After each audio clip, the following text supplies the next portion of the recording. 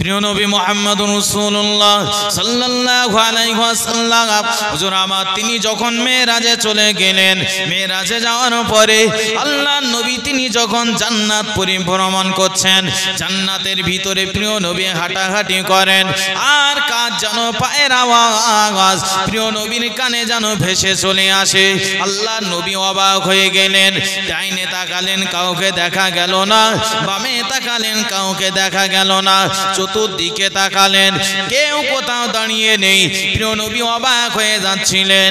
আল্লাহর নবী চলে আসার পরে জিবরাইল আলাইহিস সালামের কাছে প্রশ্ন করলেন, ও ফেরেশতা জিবরাইল, আমি রাসূলুল্লাহ যখন জান্নাতের ভিতরে পরিভ্রমণ করছিলাম, কাজ যেন হাঁটার আওয়াজ আমি রাসূলুল্লাহ নিজ কানে শুনতে পাচ্ছিলাম, চতুর্দিকে তাকালাম কাউকে দেখতে পেলাম না। ওগো আল্লাহর ফেরেশতা জিবরাইল বলো, কে ওই জান্নাতের ভিতরে হাঁটাহাঁটি করছিল? জিবরাইল আলাইহিস সালাম জবাব দিয়ে বলেন, ইয়া রাসূলুল্লাহ, ইয়া হাবিবাল্লাহ, হুজুর ওই মানুষটা ওই আল্লাহ পাকের কোনো ফেরেশতা নয়, ওটা হলো একজন আল্লাহর বান্দা।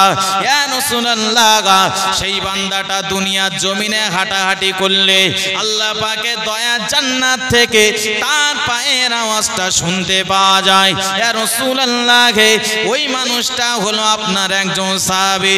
আল্লাহর নবী ডাক দিয়ে বলেন, ওগো ফেরেশতা জিবরাইল বলো, আমার কোন সাহাবী দুনিয়াতে হাঁটলে পরে তার পায়ের আওয়াজ জান্নাত থেকে শুনতে পাওয়া যায়?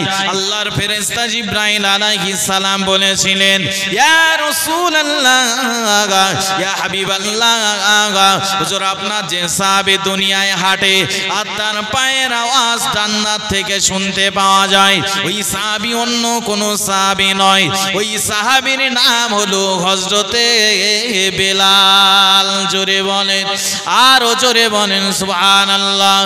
ও ভাইরা বাবাজিরা, বেলাল কালো কুৎসিত কদাকার দেখতে, অথচ বেলালের পদমর্যাদা এতটা, বেলাল দুনিয়াতে হাঁটে, জান্নাত থেকে তার পায়ের আওয়াজ শুনতে পাওয়া যায়। আল্লাহর নবী আল্লাহ রাসূল দুনিয়াতে আসার পরে বেলালকে ডাক দিয়ে বলেন, ওগো আমার সাহাবী বেলাল, আমি রাসূলুল্লাহ জান্নাতের ভিতরে যখন আমি চলাচল করছিলাম, তোমার পায়ের আওয়াজ আমি শুনতে পাচ্ছিলাম জান্নাত থেকে। ও সাহাবী বেলাল, কি এমন নেক আমল করো বাবা যার জন্য তোমার পায়ের আওয়াজ জান্নাত থেকে শুনতে পাওয়া যায়? নবী সাহাবী বেলাল জবাব দিয়ে বলে, ইয়া রাসূলুল্লাহ, হুজুর তেমন কোন নেক আমল আমি করতে পারি না, তবে আমার একটা আমল হলো ওযু যখন ভেঙে যায়, ওযু ভাঙার সাথে সাথে আবার আমি ওযু বানিয়ে নিয়ে তাহিয়াতুল ওযু সুন্নাতের নামাজ আদায় করে নেই। জোরে বলেন, আরো জোরে বলেন সুবহানাল্লাহ। তাহলে বেলালের আমল কি ছিল? বেলালের দেখতে কালো, কাজ ভালো, আর নবীর চাচা আবু লাহাবের দেখতে ভালো, কাজ খারাপ। বেলালের দেখতে খারাপ, কাজ ভালো। আল্লাহ বললেন, যার আমল ভালো সেও আমার কাছে ভালো। জোরে বলেন। সুতরাং দুনিয়ার অর্থ দিয়ে, টাকা দিয়ে, পয়সা দিয়ে, জমি জায়গা দিয়ে মাটির উপরে আপনার দাম থাকতে পারে, মাটির নিচে দাম থাকবে না। মাটির নিচে যদি দাম রাখতে হয় তো আমার জীবনটা চালাতে হবে আল্লাহর গোলামি করেই। সে কথা প্রথমেই বলেছি, আমরা বিশ্বাস যদি করি আমাদের রব, আমাদের মালিক আল্লাহ, তাহলে এটা উচিত হবে গোলামের জন্য মালিকের কথা শুনে চলা, তবেই জান্নাত নামীয় পুরস্কার পাওনা হবে। আল্লাহ তাআলা হলেন আমাদের সৃষ্টিকর্তা, আমরা হলাম তার সৃষ্টি। আর তিনি যত মাখলুকাত সৃষ্টি করেছেন এই দুনিয়াতে, সমস্ত মাখলুককে একদিন এই পৃথিবী ছেড়ে বিদায় হতে হবে। আল্লাহ তাআলা কোরআন শরীফে সূরা রহমানে জানিয়েছেন, কুল্লু মান আলাইহা ফান, সব কিছু একদিন ধ্বংসশীল, ধ্বংস হয়ে যাবে, কোনো কিছুই অবশিষ্ট থাকবে না। ওয়ায়াবকা ওয়াজহু রাব্বিকা যুল জালালি ওয়াল ইকরাম, একমাত্র অবশিষ্ট থাকবেন তিনি হলেন আল্লাহ। জোরে বলেন না সুবহানাল্লাহ। আল্লাহ একমাত্র থাকবেন অবশিষ্ট, বাদ বাকি সবাইকে দুনিয়া থেকে চলে যেতে হবে। বাবু, এই পৃথিবীতে অনেক ধর্ম আছে, এক এক ধর্মের মতবাদ এক এক রকম। হিন্দু ধর্মের মতবাদ এক রকম, বৌদ্ধ ধর্মের মতবাদ আর এক রকম, খ্রিস্টান ধর্মের মতবাদ আর এক রকম, তো যারা ইসলাম ধর্ম অবলম্বী তাদের মতবাদ আর এক রকম। কেউ মূর্তি পূজায় বিশ্বাসী, কেউ মূর্তি পূজায় বিশ্বাসী নন। তথা ধর্ম আলাদা, তো তাদের মতবাদ মত পার্থক্য আলাদা আলাদা, একসাথে মিল হয় না। কিন্তু ধর্ম যতই থাক, সমস্ত ধর্মের মানুষদের একটা জায়গায় এসে মতবাদ এক জায়গায় স্থির হয়েছে, সেটা হলো জন্ম যখন নিয়েছি মরবো একদিন। ঠিক না ভুল? এ কথা যদি পাগল না হয় বাদ বাকি সবাই বিশ্বাস করবে। হিন্দুরাও বিশ্বাস করবে, বৌদ্ধরাও বিশ্বাস করবে যে না মরবো। আচ্ছা, মরবো কথাটা সবাই বিশ্বাস করে, কারণ মরে গেলাম তো হয়ে গেল। মরে গেলাম মানে খেলা শেষ না শুরু? শুরু না? কিন্তু আমরা তো মুসলমান বলে বলছি খেলা শুরু, কিন্তু অন্য ধর্ম অবলম্বী তাদের মতবাদ হলো মরে গেলাম তো হয়ে গেল। কোথায় স্বর্গ কোথায় নরক কে বলে তা বহুদূর, মানুষের মাঝেই স্বর্গ নরক, মানুষের মাঝেই সুরাসুর। কবিতাই পড়েছি, বলে স্বর্গ কোথায়? দুনিয়ার শান্তি মানে এটাই স্বর্গের শান্তি, দুনিয়ার কষ্ট মানে সেটাই দোজখের কষ্ট। কিন্তু আমরা যারা মুসলমান, আমাদের এর উপরে কি বিশ্বাস আছে? আমরা যারা কলেমা পড়ে ঈমান কবুল করেছি, ঈমান নিয়ে আসার সাথে সাথে এর উপরেও বিশ্বাস স্থাপন করেছি ওয়াল বাসি বাদাল মাউত, একদিনে দুনিয়া থেকে বিদায় হয়ে যাব, আবারও একদিন আল্লাহ তাআলা আমাদেরকে পুনরুত্থিত করাবেন। আল্লাহ তাআলা আমাদেরকে হাসরের ময়দানে আবার দাঁড় করিয়ে দেবেন। এ জীবন সম্পর্কে আল্লাহ তাআলা প্রশ্ন করবেন। এর উপরেও বিশ্বাস স্থাপন করার নাম হলো ঈমান। ও মুসলমানেরা, তাহলে আমরা ঈমানদার মুসলমান। আমাদের এ বিশ্বাস রয়েছে মরে গেলাম তো খেলা শেষ নয়, বরং মারা যাব, ইন্তেকাল হয়ে যাবে। ইন্তেকাল হওয়ার পরে আমারও আবারও একদিন আল্লাহর কাছে কৈফিয়াতের জন্য দাঁড়াতে হবে। আল্লাহর কাছে দাঁড়িয়ে আল্লাহর কাছে হিসাব দেওয়া লাগবে। মুসলমানেরা মাথায় রাখুন, হাদিস পাকের ভিতরে এসেছে কিয়ামতের ময়দান যখন কায়েম হয়ে যাবে, আল্লাহ পাক রব্বুল আলামিন প্রত্যেক বান্দা বান্দীদের কাছে 5টা করে প্রশ্ন জিজ্ঞাসা করবেন। ও আমার বান্দা, প্রশ্নের জবাব না দেওয়া পর্যন্ত এক কদম পা কেউ তোমরা তুলে এগিয়ে যেতে পারবে না। প্রিয় নবী আমার জানিয়ে দিলেন, একটা প্রশ্ন করা হবে, বান্দা বলো, আমি আল্লাহ তাআলা তোমাকে যে হায়াতে জিন্দেগি দান করেছিলাম, আমি আল্লাহ পাক তোমাকে যে হায়াত দিয়েছিলাম, এই হায়াতের সময়টা তুমি কোন রাস্তায় ব্যয় করেছিলে? আমার রাস্তায় কতটা ব্যয় করেছিলে? আর শয়তান তাগুতের রাস্তায় কতটা ব্যয় করেছিলে? ও আমার বান্দা, আমি আল্লাহ আমার কাছে জবাব দেওয়া লাগবে। তুমি জলসার মজলিসে বসে বসে কতটা সময় তুমি কাটিয়েছিলে বান্দা? আর তুমি যাত্রা থিয়েটারে বিভিন্ন রকমের ড্যান্সের মজলিসে তুমি কতটা সময় প্রদান করেছিলে? ওগো আমার বান্দা, আজ আমি আল্লাহ তাআলা আমার কাছে জবাব দিতে বাধ্য থাকতে হবে। এই হায়াত সম্পর্কেও আল্লাহ তাআলা জিজ্ঞাসা করবেন। যদি কেউ জবাব দিতে পারে, আল্লাহ আমি আপনার রাস্তায় সময় বেশি দিয়েছিলাম, মসজিদের সময় কতটা দিয়েছিলাম আর চায়ের দোকানে কতটা সময় দিয়েছিলাম, মানুষের গীবত করে করে টাইম কতটা ব্যয় করেছি, আর মসজিদে বসে আল্লাহর ঘরে বসে কতটা সময় দান করেছি আল্লাহর রাস্তায়, এ ব্যাপারে আল্লাহ জিজ্ঞাসা করবেন। মসজিদে আমরা যাই তো তিরিবিরি করি, যেন কি একটা ইনজেকশন করতেছে, অনজালা ধরে জায়গায়, অথচ যে লোকটা মসজিদে আধা ঘন্টা বসতে পারে না, চায়ের দোকানে 2-3 ঘন্টা চলে যাচ্ছে, কোনো গায়ে জ্বালা যন্ত্রণা নেই। বান্দা যদি জবাব দিতে পারে, বান্দাকে আবার আল্লাহ তাআলা প্রশ্ন ছুড়ে দেবেন, বান্দা এবার বলো তুমি তোমার হায়াতে জিন্দেগিতে যত টাকা উপার্জন করেছিলে, তোমার অর্থগুলো তুমি কোন রাস্তায় ব্যয় করেছিলে, জবাব দেওয়া লাগবে। ও ভাইরা বাবাজিরা, আল্লাহ তাআলার কাছে ওই দিন জবাব দিতে বাধ্য থাকতে হবে। ওগো আমার বান্দা বলো তোমার অর্থ টাকা তুমি জলসার মজলিসে কত টাকা প্রদান করেছিলে, আর ক্যারাম বোর্ড কিনে দেওয়ার জন্য কত টাকা তুমি দিয়েছিলে। ওগো আমার বান্দা বলো তুমি মাদ্রাসা মক্তবে আল্লাহ দ্বীনের রাস্তাতে কত টাকা দান করেছিলে, আর তোমার ওই অর্থটা যাত্রা থিয়েটারে বিভিন্ন জায়গাতে কত টাকা তুমি চাঁদা দিয়েছিলে, তুমি এমন করে আল্লাহ বিরোধী কাজে কত টাকা প্রদান করেছিলে। আজকে কিয়ামতের দিন আমি আল্লাহ আমার কাছে জবাব দিতে বাধ্য থাকতে হবে, সব কিছু জিজ্ঞাসা হবে। আপনার মনে হতে পারে টাকা আয় করেছি আমি, ব্যয় কোথায় করব, এ ব্যয়ের টাকা আবার আল্লাহ হিসাব নেবে কেন? হ্যাঁ আপনি আয় করেছেন ঠিক, তবে এ আয় করতে গেলে আমার শক্তি লেগেছে না লাগেনি? আচ্ছা আমার কথা বুঝতে অসুবিধা হচ্ছে কারো? একটু কথা বলবেন। হ্যাঁ, আয় করতে গেলে আমার তো হাতের শক্তি লেগেছে, পায়ের শক্তি লেগেছে।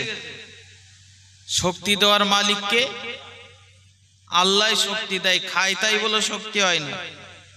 বুলডোজার মতন দেও, কিন্তু প্রত্যেকটা গ্রামে আপনি লক্ষ্য করবেন বিরাট দেহ আছে, খাচ্ছেও ভালো, কিন্তু ওটা শক্তি নেই। স্ট্রোক হয়েছে, এক সাইড পড়ে গেছে, বাম হাত বাম পায়ে কাজ হচ্ছে না, শুয়ে আছে, এরকম লোক খুঁজলে পাওয়া যাবে না।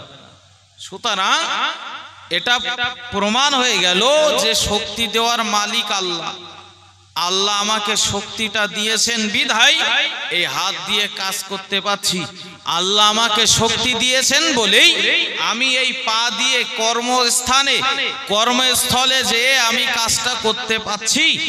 তো যে আল্লাহ শক্তি দিয়েছেন ওই আল্লাহ এ সম্পদ সম্পর্কে জিজ্ঞাসা করবেন না? তার মানে জবাব দিতে হবে, আর জবাব না দেওয়া পর্যন্ত কদম তোলার লাইন থাকবে না। তুমি আয় করেছো ঠিক, তাই বলে লটারির টিকিট কাটবা তোমার টাকায়? তুমি আয় করেছো ওই টাকাটা তুমি মদের দোকানে দেবে, তুমি আয় করেছো ওই টাকাটা তুমি জুয়ার বোর্ডে ফেলবে না? হাসরের মাঠে আল্লাহর কাছে পাই টু পাই হিসাব দিয়ে বুঝিয়ে দেওয়া লাগবে।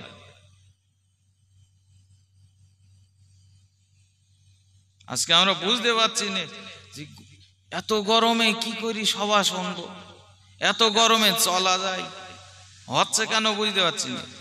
গরম পড়বে তো, কিচ্ছু হয়নি, পাপে পাপে ভরে যাচ্ছে দুনিয়া। আল্লাহ যেগুলো হুকুম করেছেন সেগুলো মানছি না, বরং যেগুলো নিষেধ করেছেন বিরাট আনন্দের সাথে সেই নিষেধ করা জিনিসগুলো করছি। হাদিসে এসেছে পাপ যখন বেড়ে যাবে তখন আল্লাহর রহমতের বৃষ্টি বন্ধ হবে। শুরু হয়ে গেছে, জেনা বেবিচার বেড়ে গেছে। আর একটা হাদিসে এসেছে যখন জাকাতের টাকা বন্ধ হবে, জাকাতের টাকা দেওয়া বন্ধ হয়ে গেলে আল্লাহ আসমান থেকে তার রহমতের পানি দেওয়া বন্ধ করে দেন। রমজান মাস চলে গেছে, যাদের উপরে জাকাত ফরজ তাদের বাড়ি যে জাকাতের টাকা চাইলে যেন তারা আরো বিরক্ত হয়। আরে তার তো সৌভাগ্য যে তার ওই নাপাক টাকাটা তার টাকা থেকে বার করতে পারছে, একজন নিতে এসেছে, ও টাকা তো তার না, শতকরায় 2.5 টাকা। কিন্তু এরপরেও গরিবের টাকা, এতিমের টাকাটা নিজে কক্ষিগত করে রেখে দিচ্ছি। আল্লাহর গজব এমনি আসবে না, বরং আমার অর্থটা আরো কিভাবে ফুলে ফেপে বেশি হবে। আমরা প্রত্যেকেই আল্লাহকে বিশ্বাস করেছি, ঈমান নিয়ে এসেছি, ঈমান আমরা নিয়ে এসেছি। আর আমরা প্রত্যেকেই বিশ্বাস করি বলো আমাদের স্রষ্টা হলেন আল্লাহ। বিশ্বাস আছে আমাদের মালিক আল্লাহ, তো আল্লাহ। আচ্ছা, আমরা প্রত্যেকেই আল্লাহর গোলাম, আল্লাহর দাস। এখন যারা গোলাম হয়, দাস হয়, বান্দা হয়, তাদের উচিত কি মালিকের কথা শোনা, না মালিকের কথা না শুনে মালিক যেটা বলবেন তার উল্টো দিকে চলা? সবাই বিবেকবান মানুষ আপনারা। আমি একটা দোকানে কর্মচারী, দোকানের একজন মালিক আছেন, তো দোকানের মালিক আমাকে বলে দিয়েছেন এই কটার টাইমে দোকান খুলবে, এই কটাই বন্ধ করবে। তা আমার উচিত কি হবে? মালিক যেভাবে বলে দিয়েছে সেইভাবে আমার কাজটা করা, না আমার ইচ্ছা মতো আমি করব? আর যদি আমি আমার ইচ্ছা মতো চালাই তাহলে মালিকের কাছ থেকে তিরস্কার না পুরস্কার মিলবে? তিরস্কার মিলবে। আমরাও তো হলাম আল্লাহর বান্দা, আমাদের মালিক তো আল্লাহ। তাহলে মালিক যদি আল্লাহ হয়, আমাদেরও উচিত তো ওই আল্লাহ যেভাবে বলবেন সেইভাবে চলা। এখন আল্লাহর হুকুম অনুযায়ী যদি না চলতে পারি, পুরস্কার নামীয় জান্নাত থেকে আল্লাহ তাআলা তো আমাদের বঞ্চিত করে তিরস্কার নামীয় জাহান্নাম দেবে। ওগো মুসলমানেরা, মাথায় রাখুন, গভীরভাবে উপলব্ধি করুন। কারো দিলে আঘাত দেওয়ার জন্য কথাগুলো বলছি না বাবা। আজ পরকালের জীবনকে আমরা ভুলে গিয়েছি, দুনিয়াদারের প্রতি আমরা বেশি মত্ত হয়ে গিয়েছি অর্থের জন্য। আল্লাহ পাক রব্বুল আলামিন কোরআন শরীফের ভিতরে জানিয়ে দিলেন, লা তুলহিকুম আমওয়ালুকুম ওয়ালা আওলাদুকুম আন যিকরিল্লাহ। খবরদার বান্দা, তোমাদের অর্থ আর সম্পত্তি, সন্তান সন্ততি, এই দুটো জিনিস আমি আল্লাহ আমার থেকে যেন গাফেল না করে রেখে দেয়। ও ভাইরা, বাবাজিরা, আজ এমন কোনো দিন নেই আমাদের কাছে মৌতের সংবাদ আসে না।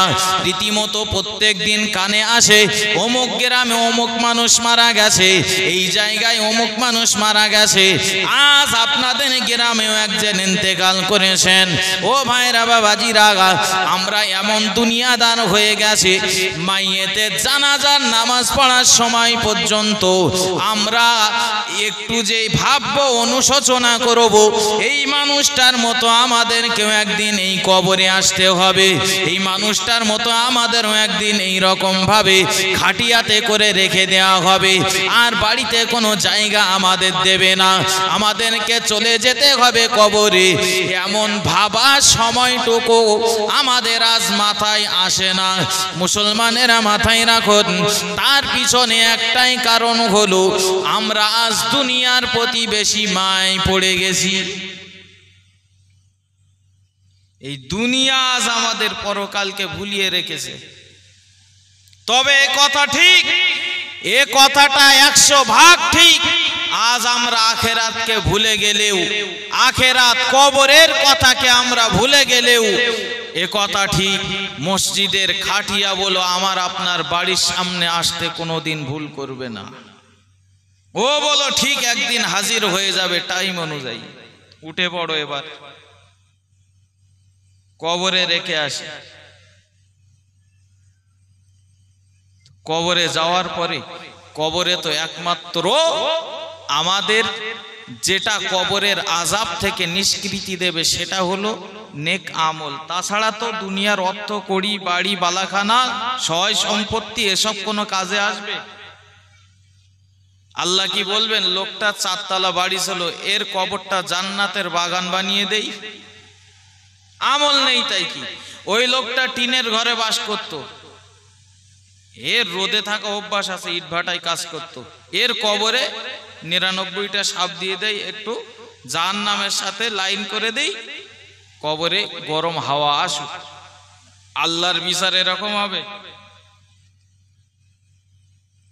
আজ এত এত আমরা গাফেল হয়ে গেছি,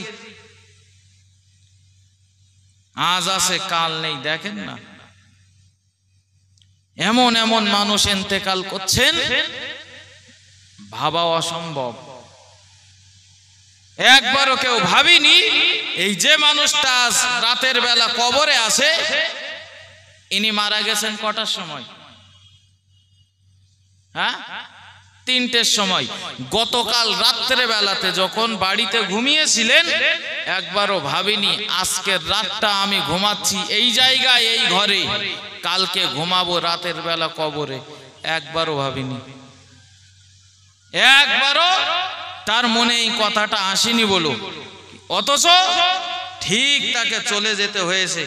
আমাদেরকেও এমন করে চলে যেতে হবে। সেইখানে যাওয়ার পরে যদি আমল থাকে ভালো, সেইখানে যাওয়ার পরে যদি নেক আমল থাকে, তাহলে আল্লাহর কাছে ছাড় পাওয়া যাবে। ওই জন্যে যা কিছু হয়ে গেছে, আজকে মজলিসে বসে আমি আপনাদের কাছে অনুরোধ করব, যারা কবরে চলে গেছে তারা আত্মনাদ করতে থাকে, কবরে শুয়ে শুয়ে এটাই বলতে থাকে, ও গো পথচারীরা, ও দুনিয়াবাসীরা, আজ আমার পাশ দিয়ে তোমরা হেঁটে হেঁটে যাও। এমন দিন চলে গেছে যে দিনে যে দিবসে আমিও এমন করে করে এই রাস্তা দিয়ে হেঁটে চলে বেড়াতাম। আজ আমার দিকে তাকিয়ে দেখো, আমি আজ কবরের ভিতরে একা একা ঘুমিয়ে আছি, কোনো কিছুই সঙ্গী হয়ে আসলো না, সম্পদ আসলো না, আমার ঘর বাড়ি সব কিছু ছেড়ে আমি কবরে চলে এসেছি। আমার মতো ভুল করে যেন তোমরা কবরে এসো না। ও দুনিয়াবাসীরা, কবর বড় ভয়ানক জায়গা। আমল যদি বেশি থাকে তাহলে তুমি নিস্তার পাবে, আমল যদি কম থাকে তাহলে এই কবরের আযাব তুমি সইতে পারবে না। ও ভাইরা বাবাজিরা, আল্লাহর নবী তিনি আম্মা জান হযরতে ফাতেমাকে ডাক দিয়ে বলেছিলেন, ও ফাতেমা মনে রাখো, ইয়া ফাতেমা তুন কিজি নাফসিকি মিনান নার, হে ফাতেমা তুমি মনে রাখো, এই কবরের আযাব থেকে নিষ্কৃতি পাওয়ার জন্য তুমি আমার দোহাই দিয়ে তুমি কবরের আযাব থেকে নিষ্কৃতি পেতে পারো না, বরং আমি রাসূলুল্লাহ জানিয়ে দিলাম, এই কবর থেকে বাঁচার জন্য তোমার নিজের প্রচেষ্টা চালানো লাগবে। ও ভাইরা বাবাজিরা, আর কবরের আযাব থেকে নিষ্কৃতি পেতে গেলে অন্তত মসজিদে যে আল্লাহর ঘরে যে কপালটা লাগানো দরকার,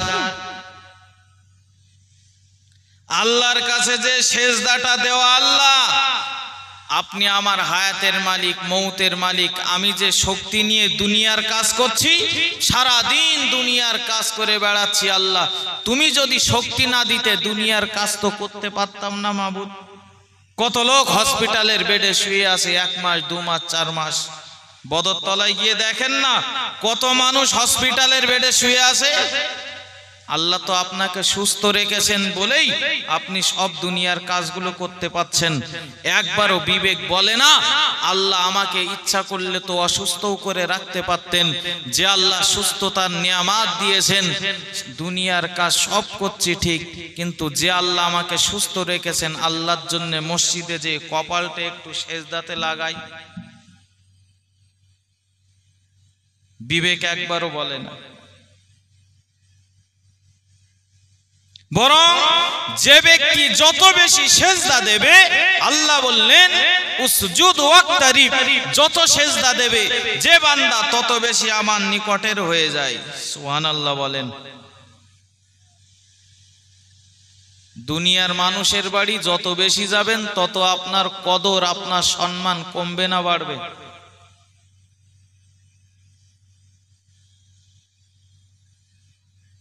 কমবে না? আমি প্রত্যেকদিন আপনার বাড়ি যাব, আজকে প্রথম দিন গেলে চা নাস্তা অনেক কিছু দেবেন, কালকে যাব নাস্তার জায়গায় এবার দেবেন কি শুধু চা, তারপরের দিন হ্যাঁ তা যত বেশি যাচ্ছি তত আমার কদর কমছে না বাড়ছে? কমবে তো। কিন্তু আল্লাহর বাড়ি আল্লাহর ঘর মসজিদে যে ব্যক্তি যত বেশি যাবে ওই ব্যক্তির কদর আল্লাহ তত বেশি বাড়িয়ে দেন। জোরে বলেন। এটা হলো দুনিয়ার মানুষের বিচার আর আল্লাহর বিচার। ওই জন্য বলছি যেতে বলো হবে আমাদের একদিন কবরে, তবে কবরে টাকাও চলবে না, গাড়িও চলবে না, বাড়িও চলবে না, এসবগুলো করি, সব করি, দুনিয়ার আয় ইনকাম করি, আর কবরের জন্য একটু কিছু করি, সেখানে এগুলো চলবে না। প্রিয় নবী মুহাম্মদুর রাসূলুল্লাহ সাল্লাল্লাহু আলাইহি ওয়াসাল্লাম জানিয়েছেন, ইন্নাল্লাহা লা ইয়ানজুরু ইলা সুওয়ারিকুম ওয়ালাকিন ইয়ানজুরু ইলা কুলুবিকুম ওয়া আমালিকুম। আল্লাহ নবী জানিয়ে দিলেন, ওগো আমার উম্মতিরা মনে রাখো, আল্লাহ পাক রব্বুল আলামিন বাহ্যিক কোনো আকার আকৃতি দেখে কারো বিচার করবেন না। কে পরিষ্কার মানুষ আর কে কালো মানুষ, কে ধনী মানুষ আর কে গরিব মানুষ, আল্লাহ তাআলা এগুলো দেখে বিচার করবেন না। ওয়ালাকিন ইয়ানজুরু ইলা কুলুবিকুম ওয়া আমালিকুম। প্রিয় নবী মুহাম্মদুর রাসূলুল্লাহ সাল্লাল্লাহু আলাইহি ওয়াসাল্লাম জানিয়েছেন, আল্লাহ তাআলা যেটা দেখে বিচার করবেন সেটা হলো বান্দা বান্দীদের অন্তর আর আমল দেখে। জোরে বলেন, আরো জোরে বলেন সুবহানাল্লাহ। ও ভাইরা বাবাজিরা, আজ দুনিয়ার মানুষেরা টাকা থাকলে তাকে সম্মান দিতে পারে, দুনিয়ার মানুষেরা গাড়ি থাকলে তাকে সম্মান দিতে পারে, আল্লাহ তাআলা গাড়ি বাড়ি দেখে সম্মান দেন না। যিনি যত বেশি আমল করে আসতে পারবেন নেক আমল, ওই মানুষটার সম্মান আল্লাহ তাআলা তত বেশি বাড়িয়ে দেন। আমরা গায়ের রং দেখে বিচার করি, আমরা অর্থ দেখে বিচার করি, কিন্তু আল্লাহ এগুলো দেখেন না। আল্লাহ দেখেন আমল। আমল কি করে নিয়ে এসেছো তুমি সঙ্গে, আল্লাহ দেখেন অন্তর। শুধু নামাজ পড়লে সব হয় না, শুধু রোজা রাখলেই সব হয় না। কথা বুঝেছেন? সবসময় নামাজ পড়লে সব হয় না বলো? যদি বলেন কেমন, হ্যাঁ আল্লাহ অন্তরটাও দেখবেন আমি নামাজ পড়ছি কিনা। আমি গত জুম্মায় মসজিদে বায়ানে বলছিলাম, শিরক হলো দুই ভাগ, একটা হলো শিরকে আকবার আর একটা শিরকে আসগার। শিরকে আকবার কোনগুলো? সরাসরি শরীক করা, যেগুলো মূর্তি পূজা করছি, আল্লাহ ছাড়া অন্য কাউকে মালিক বলে বিশ্বাস করছি, আল্লাহ ছাড়া অন্য কাউকে রিজিকের মালিক বলে বিশ্বাস করছি, এগুলো শিরকে আকবার। আর শিরকে আসগার হলো আমি আমার ইবাদত বন্দেগীতে যদি লোক দেখানোর জন্য ইবাদত করি, সেটাও হবে শিরক, সেটা হলো শিরকে আসগার। এই শিরক আমরা অ্যাভেলেবেল করছি। বন্ধুর কাছে ফোন লাগিয়েছি, কথা হচ্ছে, কি করছিস? তা আমি বলছি এই তো মসজিদ থেকে নামাজ পড়ে বাড়ি এসে ভাত খেয়ে বসে রয়েছি। আচ্ছা, মসজিদ থেকে নামাজ পড়ে বাড়ি এসে ভাত খেয়ে তাই বসে রয়েছি। বন্ধু জিজ্ঞাসা করেছে এখন কি করছিস? তা মসজিদে যাওয়ার কথা বলার দরকার আছে? বসে রয়েছি, মিটে গেল ঝামেলা। আমি যে নামাজ পড়ি শোনাতে হবে তো, এমনি রোজা থাকে না, আশুরার দিন রোজা আছে। তো বেলা 2টোর দিকে ফোন করেছে বন্ধুর কাছে, হ্যালো বন্ধু কি করছিস? এই তো ভাত খেলাম মাত্র। আর এটা 100%, আমি যদি কাউকে বলি খাওয়া দাওয়া করেছেন, তা সে উত্তর দিয়ে 100% সে আমাকে জিজ্ঞাসা করবে আপনি খেয়েছেন? করবে না? করবে না? আমি আপনার ভালো মন্দ জিজ্ঞাসা করব, যদি আপনার মানবতা থাকে আপনিও বলে আমাকেও জিজ্ঞাসা করবেন আপনি ভালো আছেন। কথা বুঝছেন নাকি? তা আমি আমার বন্ধুকে বলছি রোজা আছি তো, কি খাওয়া দাওয়া করেছিস? তা বলছে হ্যাঁ খেয়ে বসে রয়েছি। বন্ধু আমার জিজ্ঞাসা করছে তুই খেয়েছিস? বললাম না, আশুরার দিন না, রোজা আছি তো। শুনতে হবে না? এর নাম শিরকে আসগর। এটাও হলো শিরক, লোক দেখানো। যদি ইবাদতের ভিতরে আমার ইখলাস না থাকে, ইবাদতের ভিতরে যদি আমার স্বচ্ছতা না থাকে, ওই ইবাদত করা বেকার হবে।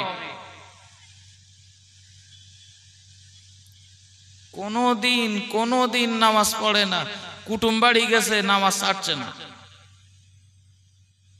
ছেলে বেঁধেছে তো বের বাড়ি ঘুরতে গেছে, ঘুরতে যাওয়ার পরে 10টা 11টার দিকে পৌঁছে গেছে, চা নাস্তা খাওয়া হয়ে গেছে, 11:30 পৌনে 12টা বাজে, ঘন পাকে খবর নিচ্ছে, আচ্ছা বেই সাহেব আপনাদের এই যায় সেই দুপুর বেলার নামাজটা কখন হয়? কখনের নামাজ? হ্যাঁ, ও 5 ওয়াক্ত নামাজ পড়া দূরের কথা, নামও জানে না। ফজরের নামাজ মানে ভোরবেলার নামাজ, জোহর মানে দুপুর বেলার নামাজ, আসরের নামাজ 4:30 হলেও বলে ও 4টের নামাজ পড়তে গেছে। ওটা 4টে নামে খ্যাত হয়েছেন। নাম যদি এখনো শিখতে না পারি, পড়বো কবে? আর আমার এই ইবাদত যদি লোক দেখানো হয়, ইবাদত তো হবে না, বরং আমার ইবাদতটা হবে শিরিক, শিরিকে আসগর। খবরদার, ইবাদত করতে হবে একমাত্র আল্লাহ সন্তুষ্টি অর্জনের জন্য। আমি ইবাদত করছি আল্লাহ সন্তুষ্টি অর্জন করব, তাই দুনিয়ার কে কি বললো তাতে এসে যায় না। ওই জন্য নবী আমার জানিয়ে দিলেন, আল্লাহ পাক বান্দা বান্দীদের অন্তর দেখবেন আর আমল দেখবেন, আর তার সাথে তার মনের খবরটাও দেখবেন, তার অন্তরটাও দেখে আল্লাহ তাআলা বিচার করবেন। ও ভাইরা বাবাজিরা, আল্লাহ তাআলা বাহ্যিক কোনো আকার আকৃতি দেখে বিচার করেন না। আমরা তো ওই মানুষকে বড় দাম দেই যে মানুষটা পরিষ্কার মানুষ, আর কালো মানুষকে দেখে আমরা নাক ছিটকাই। পরিষ্কার মানুষের দাম আছে, কালো মানুষের দাম নেই। আমরা এই বিচার করি তো নাকি? যদি বলেন না করি নে, আমি চোখে আঙুল দিয়ে দেখিয়ে দিতে পারবো। পরিষ্কার মেয়েটার বিয়ে হচ্ছে, 1 পয়সা লাগছে না। কালো মেয়েটার বিয়ে দিতে গেলে আব্বা বলছে বস খাট দেবো, আলমারি দেবো, শোকেস দেবো, আটিয়ার মোটরসাইকেল দেবো, সারা দুনিয়া দেবো, তাও নিতে যাচ্ছে না। আমরা তো কালো দেখি আর সাদা দেখি বাইরে। নবীর চাচা আবু লাহাব, সে বলো বিরাট ফাইন পরিষ্কার, বলো তাফসীরে এসেছে সূরা লাহাবে, আবু লাহাব এত পরিষ্কার সুদর্শন দেখতে, এরপরেও আবু লাহাব যাবে জাহান্নামে, তার স্ত্রীও যাবে জাহান্নামে। আর নবী সাহাবী বেলাল কালো কুৎসিত কদাকার দেখতে, এরপরেও বেলালের আমল ইবাদত থাকার জন্য কালো হলেও আল্লাহ পাক তার দাম বাড়িয়ে দিয়েছেন, বেলাল যাবে দয়ার জান্নাতে। জোরে বলেন। প্রিয় নবী মুহাম্মদুর রাসূলুল্লাহ সাল্লাল্লাহু আলাইহি ওয়াসাল্লাম হুজুর আমার তিনি যখন মেরাজে চলে গেলেন, মেরাজে যাওয়ার পরে আল্লাহর নবী তিনি যখন জান্নাত পরিভ্রমণ করছেন, জান্নাতের ভিতরে প্রিয় নবী হাঁটাহাঁটি করেন, আর কাজ যেন পায়ের আওয়াজ প্রিয় নবীর কানে যেন ভেসে চলে আসে। আল্লাহর নবী অবাক হয়ে গেলেন, ডাইনে তাকালেন কাউকে দেখা গেল না, বামে তাকালেন কাউকে দেখা গেল না, চতুর্দিকে তাকালেন কেউ কোথাও দাঁড়িয়ে নেই। প্রিয় নবী অবাক হয়ে যাচ্ছিলেন। আল্লাহর নবী চলে আসার পরে জিবরাইল আলাইহিস সালামের কাছে প্রশ্ন করলেন, ও ফেরেশতা জিবরাইল, আমি রাসূলুল্লাহ যখন জান্নাতের ভিতরে পরিভ্রমণ করছিলাম, কাজ যেন হাঁটার আওয়াজ আওয়াজ আমি রাসূলুল্লাহ নিজ কানে শুনতে পাচ্ছিলাম। চতুর্দিকে তাকালাম, কাউকে দেখতে পেলাম না। ওগো আল্লাহর ফেরেশতা জিবরাইল বলো, কে ওই জান্নাতের ভিতরে হাঁটাহাঁটি করছিল? জিবরাইল আলাইহিস সালাম জবাব দিয়ে বলেন, ইয়া রাসূলুল্লাহ, ইয়া হাবিবাল্লাহ, হুজুর ওই মানুষটা ওই আল্লাহ পাকের কোনো ফেরেশতা নয়, ওটা হলো একজন আল্লাহর বান্দা। ইয়া রাসূলুল্লাহ, সেই বান্দাটা দুনিয়ার জমিনে হাঁটাহাঁটি করলে আল্লাহ পাকের দয়ার জান্নাত থেকে তার পায়ের আওয়াজটা শুনতে পাওয়া যায়। ইয়া রাসূলুল্লাহ, ওই মানুষটা হলো আপনার একজন সাহাবী। আল্লাহ নবী ডাক দিয়ে বলেন, ওগো ফেরেশতা জিবরাইল বলো, আমার কোন সাহাবী দুনিয়াতে হাঁটলে পরে তার পায়ের আওয়াজ জান্নাত থেকে শুনতে পাওয়া যায়? আল্লাহর ফেরেশতা জিবরাইল আলাইহিস সালাম বলেছিলেন, ইয়া রাসূলুল্লাহ, ইয়া হাবিবাল্লাহ, হুজুর আপনার যে সাহাবী দুনিয়ায় হাঁটে আর তার পায়ের আওয়াজ জান্নাত থেকে শুনতে পাওয়া যায়, ওই সাহাবী অন্য কোন সাহাবী নয়, ওই সাহাবীর নাম হলো হযরতে বেলাল। জোরে বলেন, আরো জোরে বলেন সুবহানাল্লাহ। ও ভাইরা বাবাজিরা, বেলাল কালো কুৎসিত কদাকার দেখতে, অথচ বেলালের পদমর্যাদা এতটা, বেলাল দুনিয়াতে হাঁটে, জান্নাত থেকে তার পায়ের আওয়াজ শুনতে পাওয়া যায়। আল্লাহ নবী, আল্লাহ রাসূল দুনিয়াতে আসার পরে বেলালকে ডাক দিয়ে বলেন, ওগো আমার সাহাবী বেলাল, আমি রাসূলুল্লাহ জান্নাতের ভিতরে যখন আমি চলাচল করছিলাম, তোমার পায়ের আওয়াজ আমি শুনতে পাচ্ছিলাম জান্নাত থেকে।